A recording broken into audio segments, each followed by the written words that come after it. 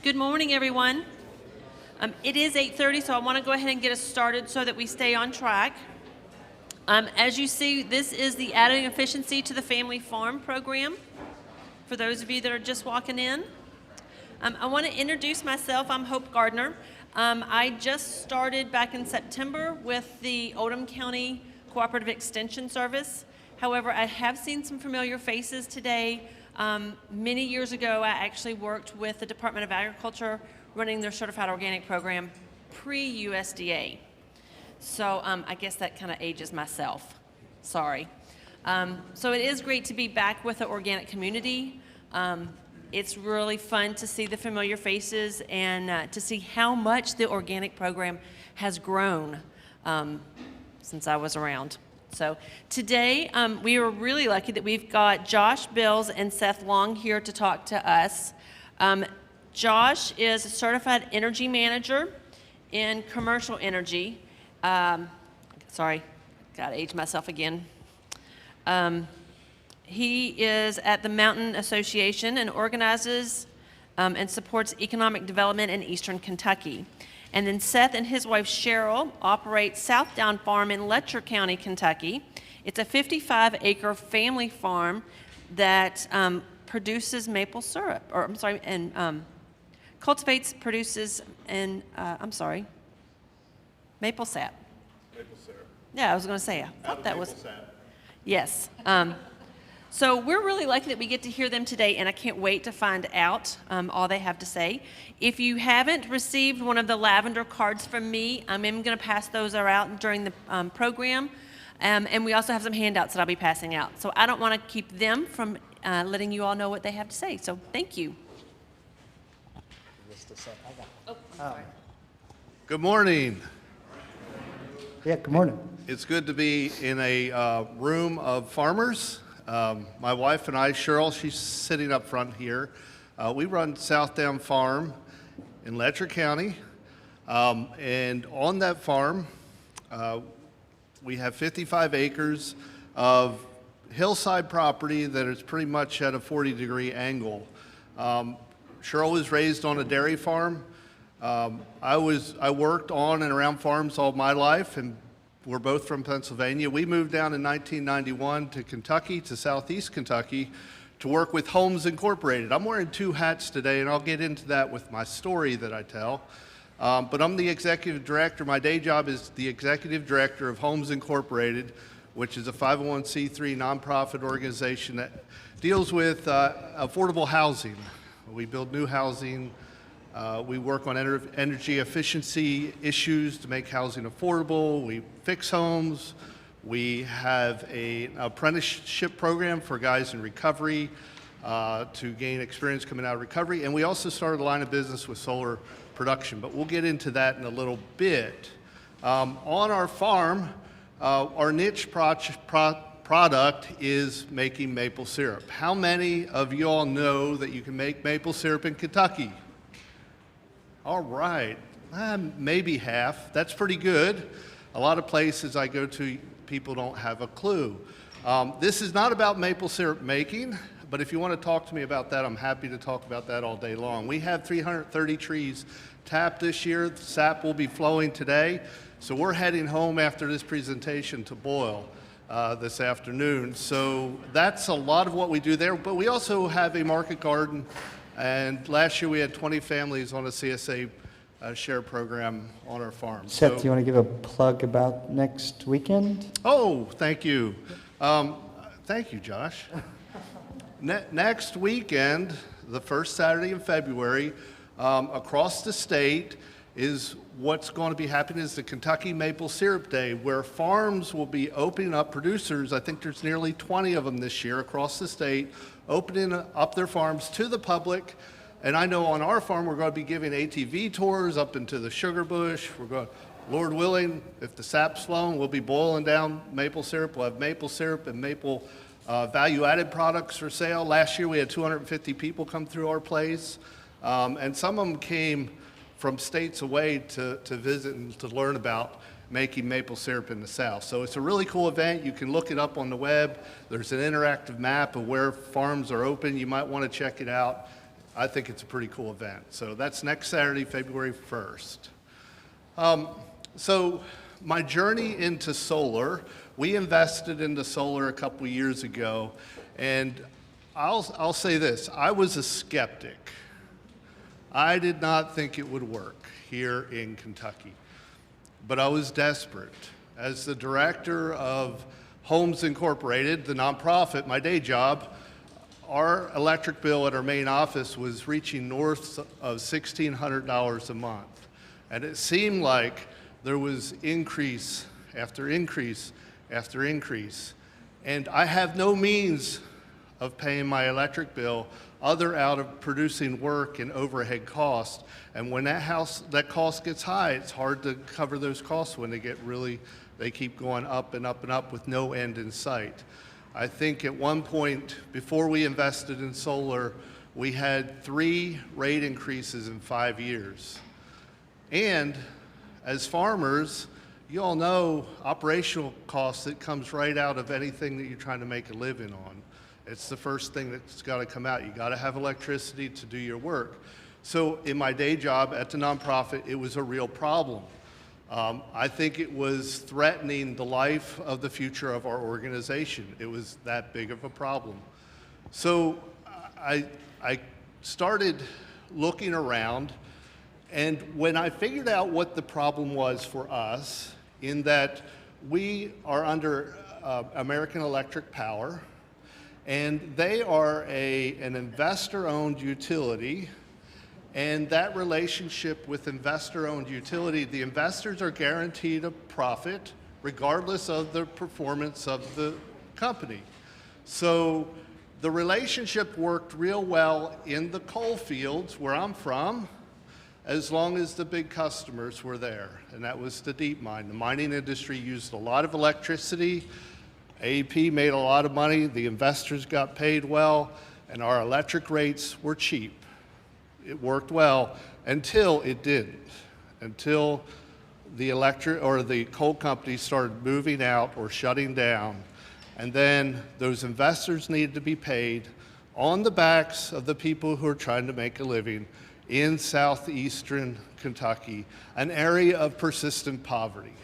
So some of the most or least efficient housing have the highest energy costs to begin with, and those costs kept going up and up and up. Our operating costs kept going up and up and up. I met Josh Bills, and Josh is a wealth of knowledge. I was a skeptic. I was looking for a solution. And he kept showing me spreadsheets with the bottom line. If I invest here, it'll reduce electric cost, and you'll be dollars ahead. I looked at all the options because I didn't believe it would work. Finally, I got to the point where we committed ourselves to invest $70,000 for Homes Incorporated on our office, and we put rooftop solar on the building. And the results performed better even than what his spreadsheets were showing us. We were cash ahead from day one, even when considering the loan payment. I had 0 grant dollars in the project. It was all borrowed money to put that solar on. We installed the system ourselves. We're into construction. We figured it out. We did the install. Josh gave us some technical assistance there. But I saw the results immediately. Bottom line, I love Excel, kept track of them, and I was like, this works. This actually works. And it can work here in Eastern Kentucky. It doesn't just work out west. It can work right here if you have the right situation. So I saw that at work, my day job working, and I thought about my farm. Maple syrup production uses a lot of electricity, irrigation, the pumps that run, the lights, starting plants. Everything seems to be geared around that electricity, and our rates on the farm were heading north of $350 a month there. And that was getting to be a burden. It takes a lot to overcome that if that's the first thing out of your revenues. So so I saw it work. I had the proof. It wasn't data from somebody else. It was my data. I saw it and I thought, well, maybe it could work on my farm too. And that's where me and Josh put our heads together, and he helped me a whole lot there. But unlike the project at work, on the farm, we were able to tap into some great resources to help that return on investment happen even quicker than it did at work, where I had to borrow all the money. So on our farm, we were able to, by the way, this is our house, and you can see the solar system there. We put a 21 kW solar system on our house. The whole roof under that solar system, we went ahead and re-roofed it. It was a part of that project cost when we did it, because those panels have a lifetime expectancy of 25 years. You want to make sure if you put solar on a roof, you don't have to pull those panels up in 6 years and replace a roof under it. It's worth the investment of making sure you got a good structure under those panels. But we replaced the roof, and we're able to put a 21 kW system on our house. And in that house, it's not only our house, it's where our farm operates. We also have a licensed commercial kitchen where we say we bake what we grow. So we use ingredients that we grow in different ways. Maple syrup's one of them. And we have a bakery, and we do baking orders for folks and make different products there. So that was a big electrical cost on our farm as well, because most of our equipment is actually electric. So to put that system on, we were able to tap into the Kentucky Department of Energy's Farm Energy Grant, which is a grant that will provide half of your project cost, up to $10,000. Our project cost was around $38,000 in total, so I could knock $10,000 right off the top with help from a grant from the Kentucky Department of Agriculture. And Josh will explain in a little bit how to go through the different steps to apply for some of these programs. He's really good at this. And then the other resource that I was able to tap into was the USDA REAP program, R-E-A-P. We try to handle our farm like a business, keeping good records, filing taxes, and all that kind of stuff. And if you do that, it's worth the while, because then you can apply for some of the other programs that can help you to actually make a living doing farming. But that REAP grant provided 26%, at the time, it's changed today, it's more today, it was 26% of the cost of the project, with a caveat. We had 1 meter here, and they will provide 26% of farm-related electric use. So I had to get a third-party energy auditor in to determine what is our farm energy use out of 1 meter. And I think we ended up with about a 67% usage of our electricity was actually related to our farming business, including the commercial kitchen.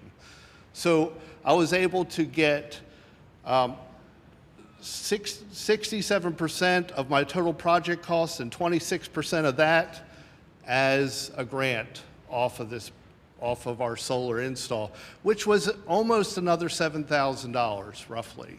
So you're looking at the total cost minus about $17,000, and the rest of it, we were able to secure a 2% loan for 10 years. My payments are $188 a month on my loan paying back. So if I take now my electric bills, which for 10 months out of the year, I pay the base rate because my solar is producing enough energy. We're net metered, so anything I don't use goes back into the grid.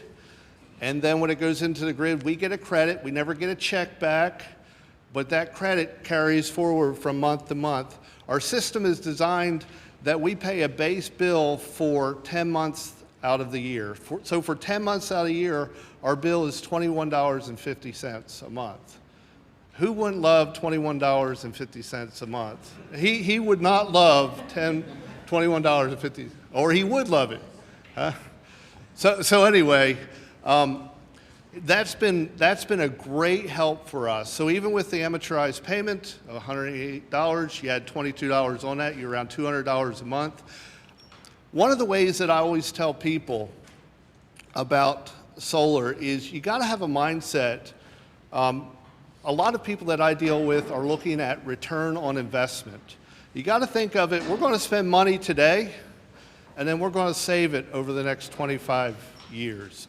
Because that life of that system, life of those panels are, it's a 25-year life on them. So if you spend the money today, if you have to borrow money, hopefully you don't have to borrow it that long. But once you pay for it, that's all free and clear. And it has been a huge boost for us.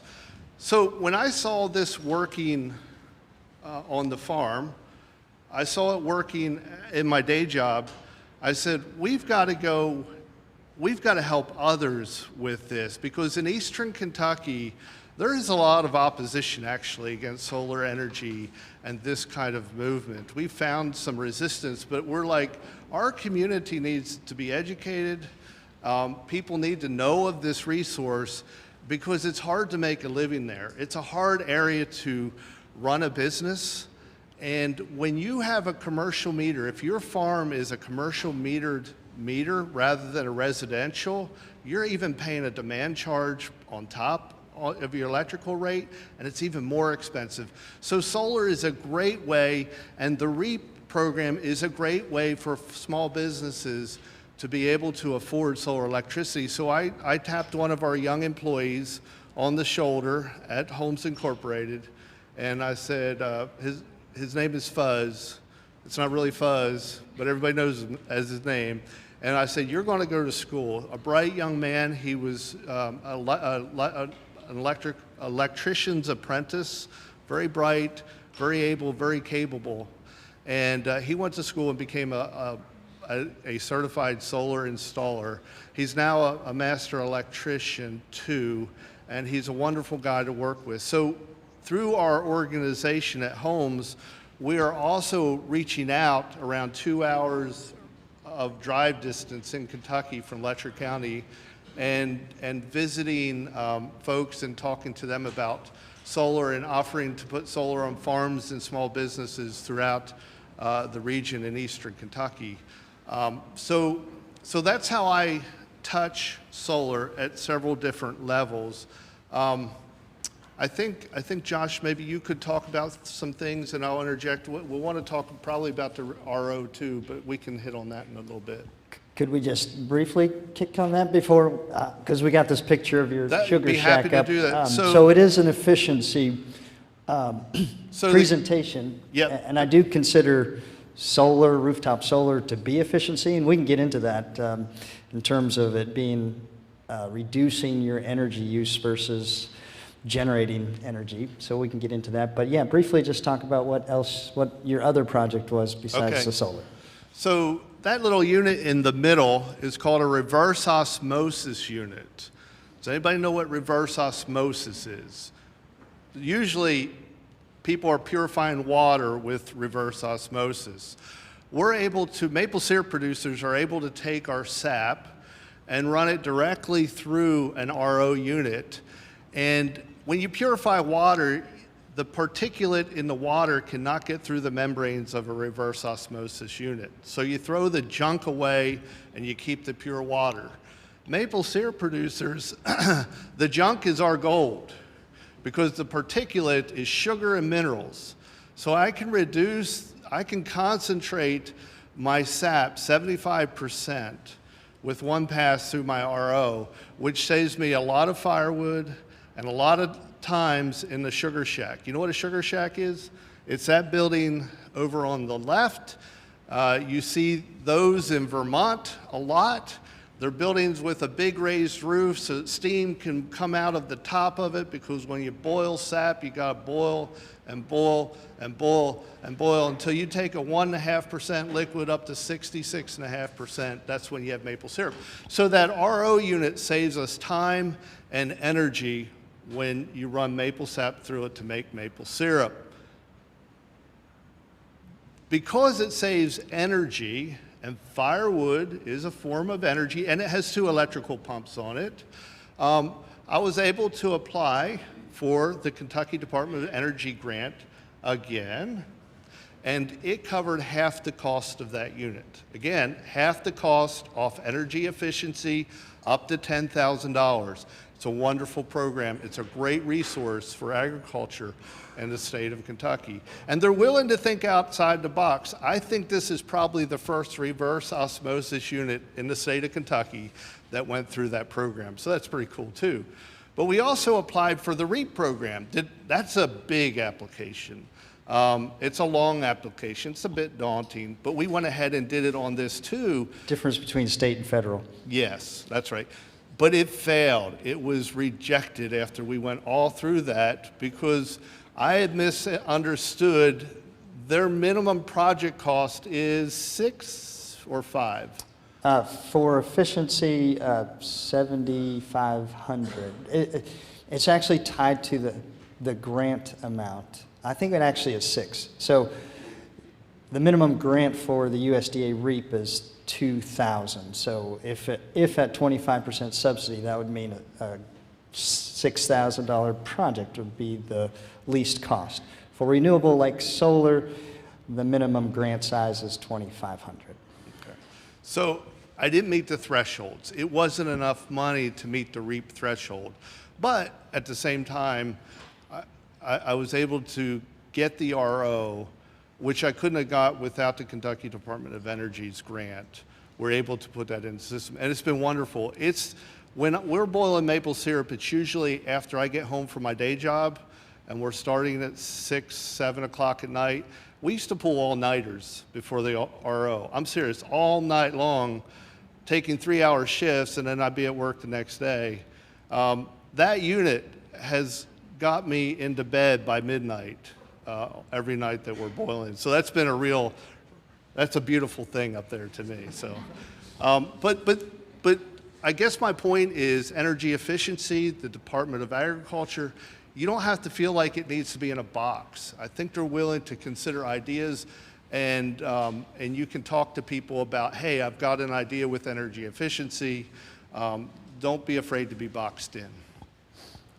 I apologize for the very large URLs, but if you just go to the KADF, so that on-farm energy is the Kentucky, through the Kentucky Ag Development Fund.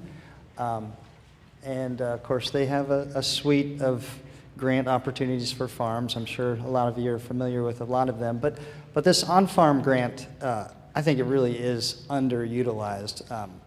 There's 3 different cycles for applications. In the December cycle, there was just 4 applications, and the review committee just met last Thursday, a couple days ago, and all 4 were awarded. So it's not utilized enough. It's not very competitive. It's tobacco settlement funds. It is year by year, so we don't know if it's going to be renewed for 2024, but as of 2023, we've got 3 grant deadline cycles. And then we were talking about the USDA Rural Energy for America's program grant, and that one is much more involved. Both of these grants do require a technical report.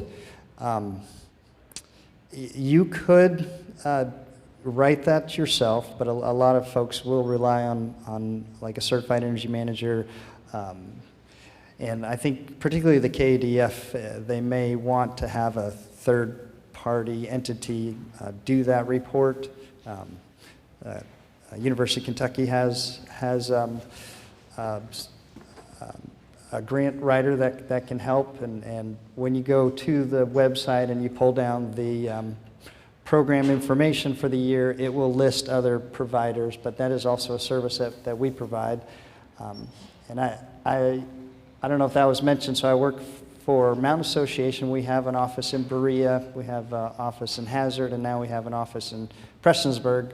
But our service area, we're nonprofit, our service area is Eastern Kentucky, and there'll be a map that I'll show you. So we're not able to provide technical assistance for packaging grants or the reports, the technical report, except within our service territory, but there are resources out there to get help outside of our service territory.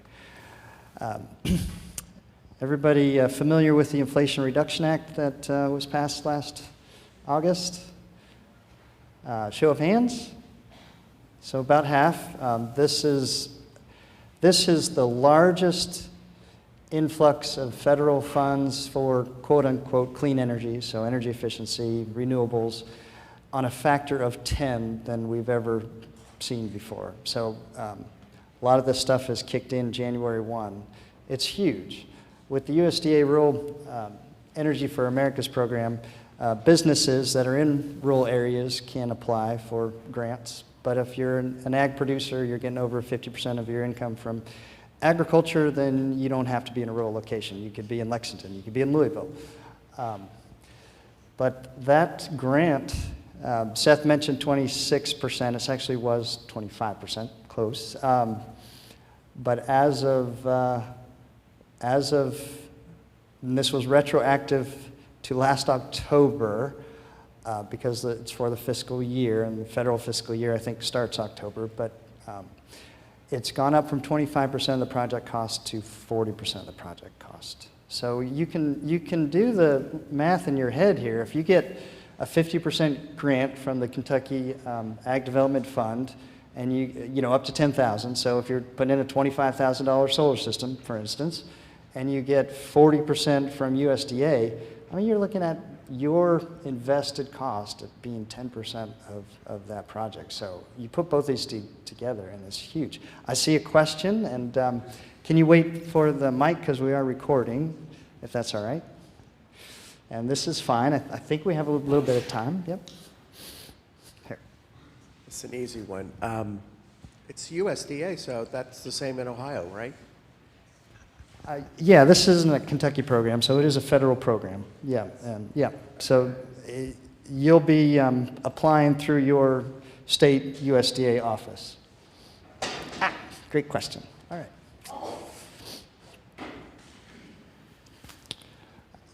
Hey, Josh. The REAP is a reimbursable grant too. Is that correct? Is that how that's working still? So both of these are reimbursable. You've got to complete the project before you are able to get your funding. So you got to figure that out. Is that going to be, you know, you're going to get a bridge loan from somewhere? Our organization does finance for clean energy projects, for energy efficiency and renewables. We're not able to do personal loans, but in Seth's example, if you have 1 meter and you're putting in solar, and the requirement for us, and this is also for USDA, is you've got to have at least 50%, 51% of your electricity use going towards farming operations or value add ag producing in order to qualify. And that's the same criteria we have for our financing as well. So if you're in Appalachia, Kentucky, the Appalachian Regional Commission designated counties, then you can talk to us about financing, and that would include a bridge loan to get the project implemented. Yeah. Go ahead. What happens if net metering is changed like it is in other states where you get much less of a return? And is there any activity to lobby the legislature in Frankfort? I've been a part of that, and I don't know whether farmers are generally in tune with the lobbying effort to convince our legislatures to protect the net metering. How much time do we have left? 30 minutes. And I think we can go ahead and advance. So yes, that is a great question. Here's us in our service territory. So net metering is 1 for 1. Like anything that you generate that's not being consumed, you know, to slow down the meter. If you're not there during the day, then you're exporting your electricity to the grid. And it's a really great policy. It can be, it can be easy to say, oh, that is something that rich people are able to tap into, and I'm not able to afford solar, so why should they be able to do that and get quote unquote retail credit? But we could talk all day about all the benefits that it brings to the grid. And when you put up solar, like Seth mentioned, you're not getting a check from your utility company. It's a credit that carries forward. So the system's only sized really for your load over time, just because you happen to be pushing back to the grid at certain times. It's not like you're making money trying to generate electricity and sell it to your neighbors, right? It's nothing like that. In fact, it can be helpful. It can, the electrons that are flowing out from your meter, they're not going to the gas power plant. They're going, they're using maybe 1 or 2 power poles of the utilities infrastructure to get to the neighbor, to the nearest load, and that electricity is getting metered by the utility at retail value. So, you're generating and consuming electricity at the point of use. It's not at the power plant. So this whole argument from utilities about it's got to be valued at the same value that we are able to make electricity at 3.5 cents at our power plant. That's just, it's apples and oranges. And it can be really easy for a utility, somebody to make that argument that it's apples and apples, but it's not, it's apples and oranges. I hope I was able to capture all that as quickly as I could, because that's really important stuff. And yeah, there was a law passed in 2018 that allows utilities to go before, regulates utilities to go before the Public Service Commission and make the case that they should reduce that credit value for what gets pushed out by rooftop solar. There are 2 companies that have done this so far. Duke is likely next. They do have a rate case going on now, but they're not going to include it in that. They're going to file it later, but the 2 companies, well, 3, I guess, LG and EKU is one, and then Kentucky Power is the other. If you install the solar before that reduced credit value might get approved by the Public Service Commission, then you are grandfathered for 25 years. So Seth is grandfathered for 25 years as of, I think, 2020 sometime, so with his solar. So that's nice, if you can get it done before that change happens. And it's not going to happen overnight. There'll be a rate case put before the Public Service Commission, and usually those take 5 or 6 months. So hopefully, if your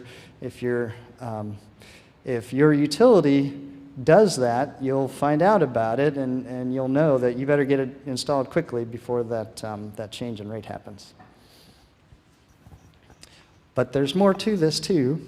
I haven't fully answered this question yet. Oh, you want to finish? Yeah, I didn't know if it was related. Technology is like catching up, right? We have less interconnected solar than most of the rest of the country, and a lot of the country where you have much higher penetration of distributed solar, it does start to make sense. There's got to be some guidelines. You can't just have everybody having rooftop solar and getting retail credit. At some point, it's got to change. And California has had a big change. So they've had net metering 1.0, which is this kilowatt hour for kilowatt hour credit that most people think about when they hear net metering. And then they had net metering 2.0. I don't know exactly what it was, but now it's net metering 3.0, where anything that gets pushed out is at a reduced value. And technology is addressing that. So the manufacturers of solar equipment now are building stuff that incorporates batteries, that incorporates electric vehicle chargers, that incorporates water heater timers, and it's all part of a system to try to maximize the consumption of the solar behind the meter than to send it out to the grid. And so, and then there's also, with the batteries comes potential to disconnect from the grid. So, technology is going places despite, whatever talk is happening in utility boardrooms. Even if we get 3.5 cents credit for what gets pushed out, 5-10 years from now, that just won't matter anyway. So, great. All right. Does the REAP have a retroactive, so if you apply for it and before you get approved and you put your system in, do they do retroactive to approval date?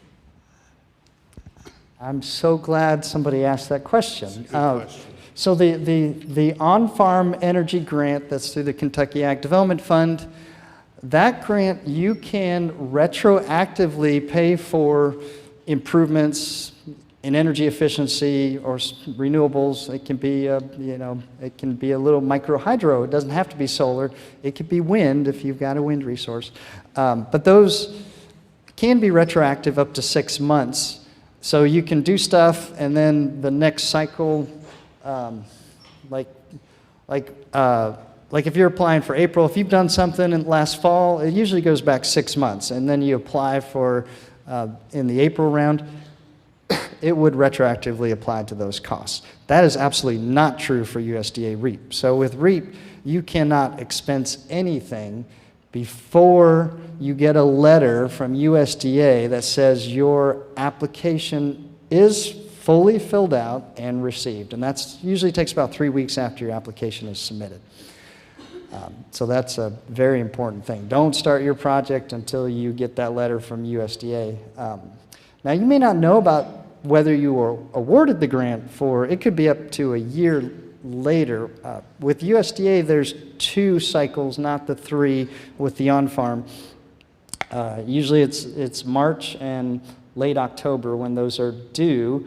And the late October round is only for projects that have a grant amount that's $20,000 or less. So that would probably apply to most family farm situations. But then larger grants are part of a national pool, and those aren't reviewed until the spring round. So if you apply, say, in April, your application might not be reviewed. You can do the project like as soon as you get that letter, but your application might not be reviewed until the following year. So it could take a year to actually find out if you got the grant. I think that's going to change with this Inflation Reduction Act. Not only do we have a lot more subsidy, it's gone from 25% of the project to 40%, but there's a lot more money to deploy, so it's not that it's gotten more competitive. It hasn't. It's probably even less competitive. So much so that it's looking like there might be 4 application rounds per year instead of just 2, and so I'm hopeful that means you'll find out if you got an award much sooner. With the on-farm grant, the state, usually about a month after those deadlines, you'd find out if you were awarded the grant or not. But with the USDA, it can take months. How are we doing on time? 9:10. 9:10. So we got till 9:30. Is that right? Okay. No surprise here, right? This is the cost of electricity for Kentucky. Excuse me. And prior to about, you see right there, about 2003, 2004, like 6 cents per kilowatt hour. If we were to go back 20 years prior, it would be about 6 cents per kilowatt hour. So we had flat rates for 20 plus years, and now suddenly we're in this different terrain. And this is state average. The blue line, if you can read it, is residential, and the orange line is for commercial, small commercial, not industrial. So it just gives you a sense. But in some places, like Seth was saying, that commercial can often mean it's more expensive based on how you use electricity, because there's this whole thing called demand charge, which we may not have time to get into. But now we're looking statewide average of getting close to 12 cents per kilowatt hour.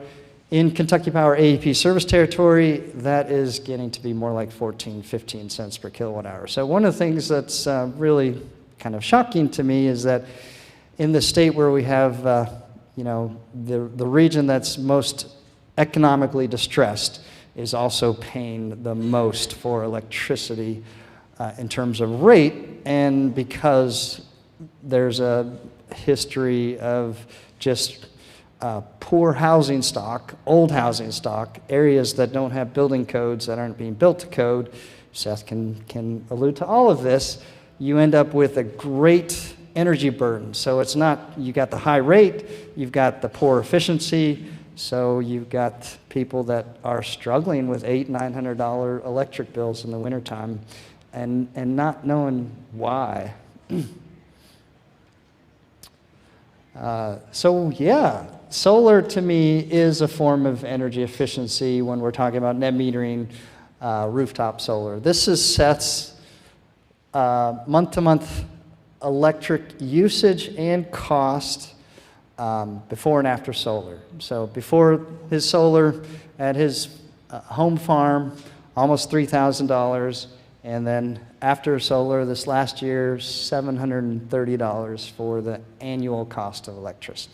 So that's what it's meant to get that. And you know, you don't get a zero electric bill. As he says, he's always paying this meter fee. So that's what that lower line is the meter fee. And the yellow is just showing what the solar contribution was for those months. So it's not sized to net zero. It's close, but he's ending up with a little bit of electric use and cost in the winter months. So he's just got to plan for that. You know, it's $21 a month, except for 2 or 3 months in the wintertime. And the reality of solar is it generates about twice as much in a summer month than it does in a winter month. So you can really see that clearly here. And I think with Seth's site, it's probably a little bit more extreme between the two because he's got this mountain to the south of him. So in the wintertime, the sun's coming up pretty late and then setting much earlier. So that's why you're seeing a lot less than half of a contribution from solar in the winter months. But that red line is the cost. Take it to the right-hand side, and the blue and the yellow is the kilowatt-hour use. Take it on the left-hand side. But one thing I wanted to point out is this last winter, we also saw a little bit of it in December. We'll see what we get with this January bill, but notice how much that price increase happened last winter. That was about February. So we have this whole geopolitical thing going on in the world that's really increased the price of fuel. So even though the rate has not changed, the fuel surcharge the last 12 months has just been crazy, and in some months over 4 cents. I think there was one month it was 5 cents per kilowatt hour to the rate as the fuel surcharge. And so that's what I wanted to point out, that red spike last year that you see, even with solar, you had a pretty expensive month, that 1 month there. Yeah. Was also a credit for the recovery, the pandemic recovery, where people got credit in addition. That was a negative that took off your bill, and then you got the positive, which is fuel adjustment. But this year, that recovery credit is no longer there. This year, the recovery credit is no longer there. Last year it was, and it reduced the bill some, and the fuel adjustment, though, is more than made up for that, and it's pretty big. I was going to say, in answer to that, one of the things, we actually didn't get the credit because it came on one of our 0-day months, but we got the negative one. I mean, we had to pay more. That came on the month we were using. But we have noticed also this year, since the fuel adjustment, that my mother-in-law's house is next door, and we pay both bills separately. But her bill is, with that fuel adjustment, we're not needing since our rate is $20 for most of the year, we're not needing to pay that full fuel adjustment then also. So that is an extra savings that we have, that we paid this 1 month, but you know, it's a huge cost difference. Yeah, the fuel adjustment is tied direct kilowatt hour use. So if you net zero for the month, then you don't get to see that. I mentioned Kentucky Power did change its 1-for-1. It's different than LG and EKU. Just briefly, it's much better for the customer with solar because the way it happened with Kentucky Power, it is a reduced rate for any excess that you push out to the grid, but it's only that's netted out after the billing cycle. So it only applies to what energy you produce above and beyond what you use in that given billing cycle. So they call that billing cycle netting, and that just means that a much less potential for you to have any credits of generation that are at a reduced value, because it would have to be those credits that are beyond what you've actually used in that month. But Seth is grandfathered, so that's not an issue for him. But very different with KU-LG&E. With KU-LG&E, they've gotten approved. We're waiting on a court, waiting on a judgment of what the net billing means with the statute, because some people don't think that you can actually have a net billing, net metering. You know, there's no net if you have two channel, right? If everything that gets pushed out is at this approved value that's lower, where's the netting happen? It's all instant. So, are you all not hearing me, or battery getting just low? the battery's getting all right. But anyway, there's so many nuances once you start changing around the one for one. It can get complicated. Did I go the wrong way? Yes, so I'm so glad we started talking about the bill too, and you mentioned your aunt, or your mom. Oh, yes, and I just noticed this, and I mentioned this to Seth this morning.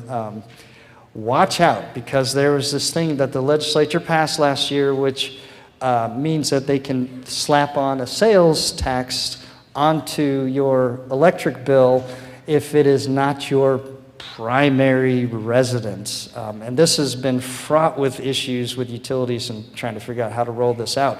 But look on your bill, if you're living there, or even if you're renting it out and somebody else is living there, if there is a primary person in that location, you should not be paying sales tax, which adds 6% to the bill. Commercial businesses have to pay a sales tax, but as long as there's somebody living there, permanent resident, shouldn't have a sales tax. But you can see how this could get really complicated. Like, for instance, you're a farm, and you got a meter on your barn, and you got a meter on your house, and the meter on your barn just happens to be a different address than the meter on your house. One utility may apply a sales tax to that barn. Another utility might be like, don't. But anyway, it should be easy enough for you to go to your utility's website and fill out some kind of form to identify your primary resident and get that 6% off of your bill, which just started to kick in January 1. I think the reason this happened was the legislature like, people are doing all these short-term rentals, Airbnbs, they shouldn't be able to avoid that sales tax. So I think that's where it came from. But just a place where you might save 6% going forward, just that unless you knew about it and looked for it, you wouldn't realize that you could do something about it. So, and Seth's going to do something about it. But I think the reason it happened to him was because they're paying two bills. Yeah. Oh golly, you can't, I had a whole list of improvements there, you just can't read it. But anyway, there's all kinds of things that can apply for these grants, not just solar, but anything that's energy efficiency. Lighting is a great one that can reduce a lot of electricity costs. Solar can include batteries now. We've done a couple of grant applications for off-grid systems where somebody has their farm and they're really back to the land and they're really wanting to be off-grid totally, and lo and behold, they're spending $200, $300, $400 in gas and running a stinky generator.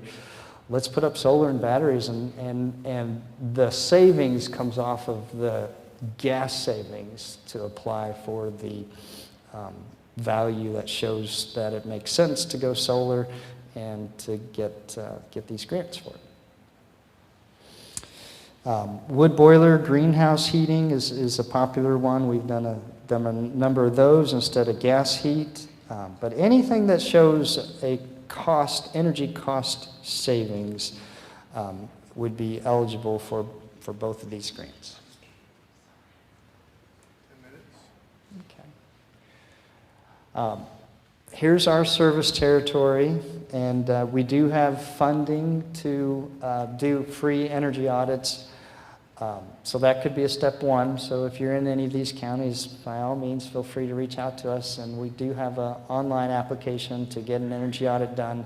And that energy audit could identify energy saving opportunities that would be eligible to apply for these grants. So that would be really step one. And getting that billing review, are you paying sales tax when you shouldn't be, is really helpful.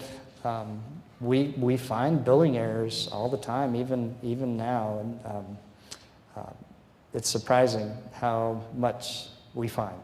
Or in some cases, especially if you're in a small commercial rate class instead of residential, like, are you in the right one? There may be another commercial rate class that you are eligible for, but the utility is not going to put you in the least cost. They're not required to. So if there is an optional rate class that you could save money on, that's something to look into, and that would be through a billing evaluation. And we do charge for packaging these grants. It does take a lot of time, but we've got, and this doesn't cover all of our time, so we do have subsidies to work with to help with these grants. But the range of price is based on the size of the grant with the REAP. But with the on-farm, we're just doing the $300, no matter what size project, because it's a pretty easy grant.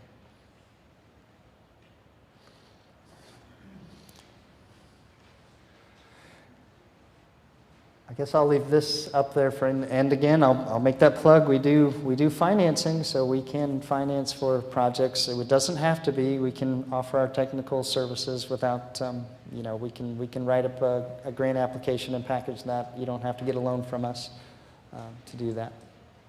Josh, do you know anybody that's servicing the rest of the state with what you're doing?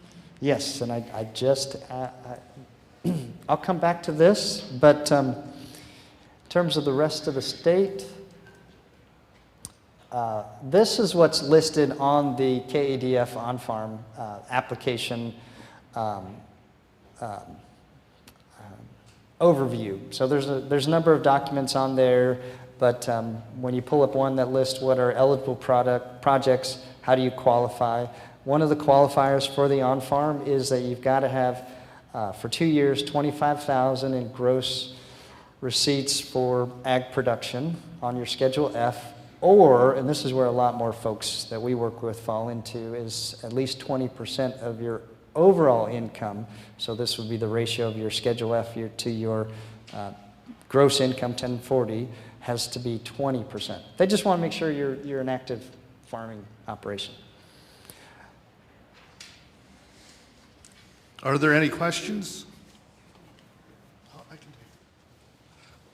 do it. Way in the back. That's all right. For the grants and the solar, can you, so like I have a residential meter and a commercial meter that both apply to my farming operation. So can you combine those? Yeah, and you don't have to limit your project to one. It could be on multiple facilities, with different gas or electric meters. On the residential, you would have to show that 51% of the energy used through that meter is going towards farm production stuff. But yeah, you could certainly do that. So I'm in Warren County, and I applied for this. I was going to apply for the grant, but I needed the audit first. And the people in our USDA office knew nothing about the audit. They gave me, I filled out all the paperwork, and then they gave me 2 names in Virginia that would do the audit. And when I contacted both those companies, they couldn't even give me a price on what the audit would cost, but they said it would be a minimum of $5,000. And then it would include, and it did not include travel. Wow. How much was just out of curiosity, how much was your project cost? I didn't even get that far. Oh. I was just doing the audit first, but there was nobody closer than Virginia. Our audit was done by a Vermont-based engineer who was familiar with maple sugar making, so maple syrup industry, and they actually included that cost too. Some way or another. I don't know how, but yes. So just to answer that, I would recommend calling the Lexington office. Yeah, if you're having that, yeah, just in general, because that, I think, at least most of the applications we see are going through the Lexington office. Some of them through the London office, but yeah, I would be surprised if Scott Moss is one person at the Lexington office to reach out to. What's the life expectancy of the solar system, and what maintenance could you expect down the road of that solar system? So for solar electric, solar photovoltaic, some manufacturers are offering 30-year warranties on power production. Now, they do have a reduction built in of like 0.5% per year or something. There's different things you got to look at with that warranty, but who knows? You know, I got to move some panels recently. I was a solar installer years ago when things were off grid until I started working at Mountain Association in 2008, and now I get to help installers. But I got to move some solar panels that were Arco. They were from 1981, and they were just in the shade. The trees had grown. So we tested them, and they were still putting out their original rated output. This was about 6 years ago. There's nothing to go bad. There's no moving parts. You know, things could corrode. So I think that's what it's looking like is, you know, if the weathering, you know, around those PV photovoltaic cells over time are allowing humidity, moisture to get in there, and your connections start to corrode, and that's what might do them in eventually. The other part of the technology that I just would want to point out is now very common with the solar install, especially a grid intertied one. You're going to have module level monitoring, so you'll get to see how much each panel is producing, and it's not going to be a mystery. And so if you see a bad apple, you see it's there. Yeah. The inverters are supposed to be the weak link. So most manufacturers for inverters are doing 12-year warranties, and you could pay for a little extra to get a 20-year warranty. And yeah, there's always learning curves, especially one of the more popular types now are microinverters that are built into the back of each panel, and some that you have an alternating current panel, and a lot of people are no alternating current electricians versus direct current, and so they can wire those together nice and easily. But there's definitely some failures in those originally, and these things are, you know, mounted on the back of the module, but they're doing 25-year warranties because they want to match the module itself. Technology is definitely improving, but yeah, we've seen inverter replacements. You know, some inverters that have been installed are doing just fine after 15 years, and some have gone out in 6 years. I had one a couple summers ago where it was 2 months outside of its 10-year warranty. It's just like, oh, yeah. Anyway, hard to say what's going to happen in the future, but I do think it's going to be less and less. I think in general, when you're doing an evaluation of your savings, return on your investment, you should plan for the cost of an inverter replacement in like year 12. You know, that's maybe 10-20% of your overall investment, but you know, this. I'm past 12 and I'm fine. Okay, great.